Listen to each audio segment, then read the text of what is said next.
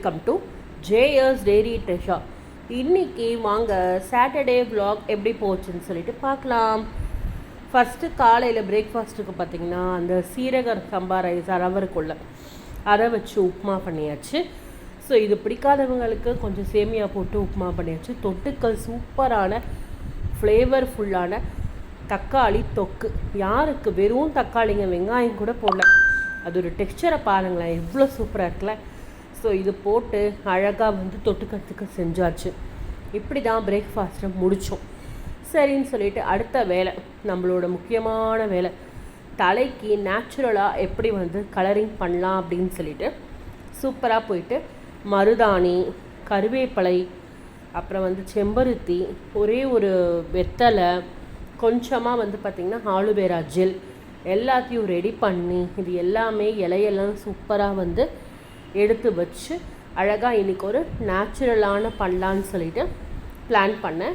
சூப்பராக பார்த்திங்கன்னா எல்லாத்தையும் அழகாக வாஷ் பண்ணி உருகி அழகாக எடுத்து வச்சாச்சு. ஸோ சூப்பரான எல்லாமே ரெடியாக இருக்குது. இப்போ இது கூட நான் என்னென்ன சேர்க்க போகிறேன் அப்படின்னா, நம்ம வீட்டிலேயே ஆலுவேராவும் இருந்தது. ஸோ ஆலுவேரா ஜெல்லையும் அழகாக எடுத்தாச்சு. கொஞ்சமாக தண்ணி வச்சு டீ தண்ணி வச்சுக்கலாம் அப்படின்னு சொல்லிட்டு டீ பொடியும் போட்டு அழகாக டீ தண்ணியும் ரெடி பண்ணியாச்சு. கருஞ்சீரகம் நல்லா ஒரு அரை பவுலுக்கு எடுத்து வச்சாச்சு. அவுரி பவுடரும் பார்த்திங்கன்னா எடுத்து வச்சுட்டேன். விட்டமின் இ கேப்சியூல் இன்றைக்கி 2 போட்டுக்க போகிறேன். ஸோ அதையும் ரெடி பண்ணிவிட்டேன். அப்புறம் கரிசலாங்கண்ணி பொடியும் போட போகிறேன். ஸோ ஃபஸ்ட்டு பார்த்திங்கன்னா அந்த இலை எல்லாத்தையுமே மிக்ஸி ஜாரில் ஒரு ஓட்டுக்கிட்டேன். இது கூடயே டீ நம்ம பண்ணி வச்சுருக்கோம்ல, அதை வடிகட்டி அந்த சாறை இது கூட ஆட் பண்ணிவிட்டேன். ஆலுவேரா ஜெல்லையும் ஆட் பண்ணி பேஸ்ட் கன்சிஸ்டன்சிக்கு அரைச்சிக்கிட்டேன். இப்போ ஒரு நல்ல இரும்பு வானலில் ஃபஸ்ட்டு கரும் ஜீரகத்தை மட்டும் நம்ம என்ன பண்ணிக்கலாம்னா நல்லா டீப் ரோஸ்ட் பண்ணிக்கலாம். ஸோ இதை நல்லா ஆறினோடனே மிக்ஸி ஜாரில் போட்டு ஒரு பவுடரும் பண்ணி வச்சுட்டேன். அதே வானல்லே பார்த்திங்கன்னா அரைச்சி வச்சுருக்கிற பேஸ்ட்டையும் போட்டுட்டேன். அதில் விட்டமின் இ கேப்சூல் சொன்ன மாதிரி 2 எடுத்து போட்டேன்.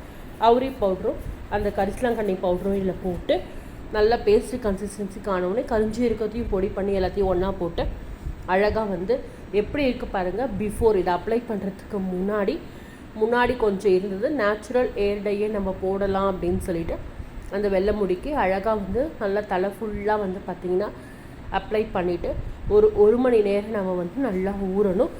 ஸோ தலைக்கு ஃபுல்லாக அப்ளை பண்ணிக்கலாம். இதெல்லாம் ஒன்றுமே ஆகாது. குளிர்ச்சியாக இருக்கவங்களுக்கும் பார்த்திங்கன்னா இதை யூஸ் பண்ணலாம். அழகாக பேக் அப்ளை பண்ணிவிட்டு நல்லா ஒரு 1 ஹவருக்கு அப்புறம் அழகாக ஹேர் வாஷும் பண்ணியாச்சு. சூப்பராக பாருங்கள், அந்த ஒயிட் ஹேர் கொஞ்சம் கிரே ஹேர்லாம் அழகாக செம்பட்டையாக ஆயிடுச்சு. சூப்பராக இருந்தது. கொஞ்சம் அந்த பொடி இருக்கும், நம்ம நல்லா ஆற வச்சு உதறிட்டோம் அப்படின்னா அந்த பொடி போயிடுங்க. இன்றைக்கி லஞ்சுக்கு என்ன பண்ணுன்னு சொல்லிட்டு பார்க்கலாம் வாங்க.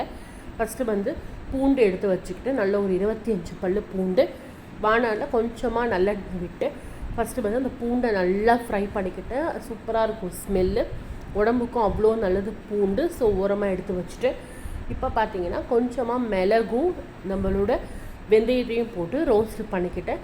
ஒரு கைப்பிடி அளவுக்கு துவரம் பருப்பை எடுத்து அதையும் நல்லா வறுத்துட்டேன். ஒரே 1 ஸ்பூன் மட்டும் பார்த்திங்கன்னா தனியா எடுத்து வறுத்து வச்சுக்கிட்டேன். கருவேப்பிலை நல்லா ஒரு 3 கைப்பிடி அளவுக்கு போட்டு வறுத்து எல்லாத்தையும் ஒரு பாத்திரத்துக்கு ட்ரான்ஸ்ஃபர் பண்ணி ஆற வச்சுட்டு, சின்ன வெங்காயம் நல்ல ஒரு 10 சின்ன வெங்காயத்தை எடுத்து தோல் உரித்து வச்சுட்டேன். இப்போ வானலில் கொஞ்சமாக நல்லெண்ணெய் விட்டுட்டு நல்ல சூடனே கடுகை தாளிச்சுக்கிட்டேன். அதுக்கப்புறம் இந்த சின்ன வெங்காயத்தையும் போட்டு நல்லா ஒரு ஃப்ரை பண்ணிக்கணும். சின்ன வெங்காயம் நல்லா வறுபடட்டும். ஒரு 3 தக்காளி பழத்தையும் இது கூட சேர்த்து நல்லா வதக்கிக்கிட்டேன். அதுக்குள்ளே இதை ஆறிடுச்சு. ஸோ மிக்ஸி ஜாரில் போட்டு அரைச்சிட்டு வந்துட்டேன். இப்போ பாருங்கள், தக்காளியும் வெங்காயமும் எனக்கு சூப்பராக இந்த அளவுக்கு வந்துடுச்சு. ஸோ இப்போ புளி தண்ணியை திக்காக கரைச்சி வச்சுருந்தேன்.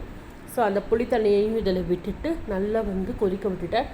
சூப்பராக கொதிச்சுட்டே இருக்கிற டைமில் தேவைக்கு ஏற்ப உப்பை போட்டுக்கிட்டேன். 1 ஸ்பூன் மஞ்சள் பொடி நல்லா பார்த்திங்கன்னா அரைச்சி வச்சுருக்கிறதுலேருந்து நம்ம ஏற்கனவே தனியா பொடியும் மிளகாவையும் சேர்த்து நல்லா வறுத்து இந்த மாதிரி பொடி பண்ணி வச்சுருக்கேன். ஸோ அந்த பொடி எனக்கு நான் காஞ்ச மிளகா அதில் போடலை, அதனால் அதையும் இதில் போட்டுட்டு நல்லா கொதிக்க விட்டுட்டேன். அப்புறம் அந்த பூண்டை கடைசியில் இறக்குற டைமில் பூண்டையும் போட்டு நல்லா ஒரு கொதி விட்டுட்டோம் அப்படின்னா சூப்பரான குழம்பு ரெடியாக இருக்கும். அவ்வளோ செம்மையாக இருக்கும். இந்த எம்மியான டேஸ்ட்டாக இருக்கும். கண்டிப்பாக செஞ்சு பாருங்கள்.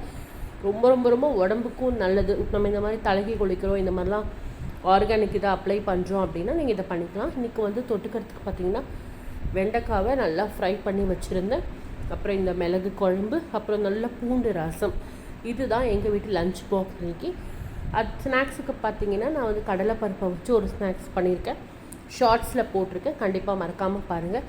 இப்படி தான் எங்கள் டே போச்சு. நம்ம சேனல் ஜெயஸ் டெய்ரி ட்ரெஷருக்கு லைக் பண்ணிக்கோங்க, ஷேர் பண்ணிக்கோங்க, சப்ஸ்கிரைப் பண்ணிக்கோங்க. இன்னொரு நல்ல வீடியோவில் சந்திக்கலாம். டேக் கேர், பாய், வணக்கம்.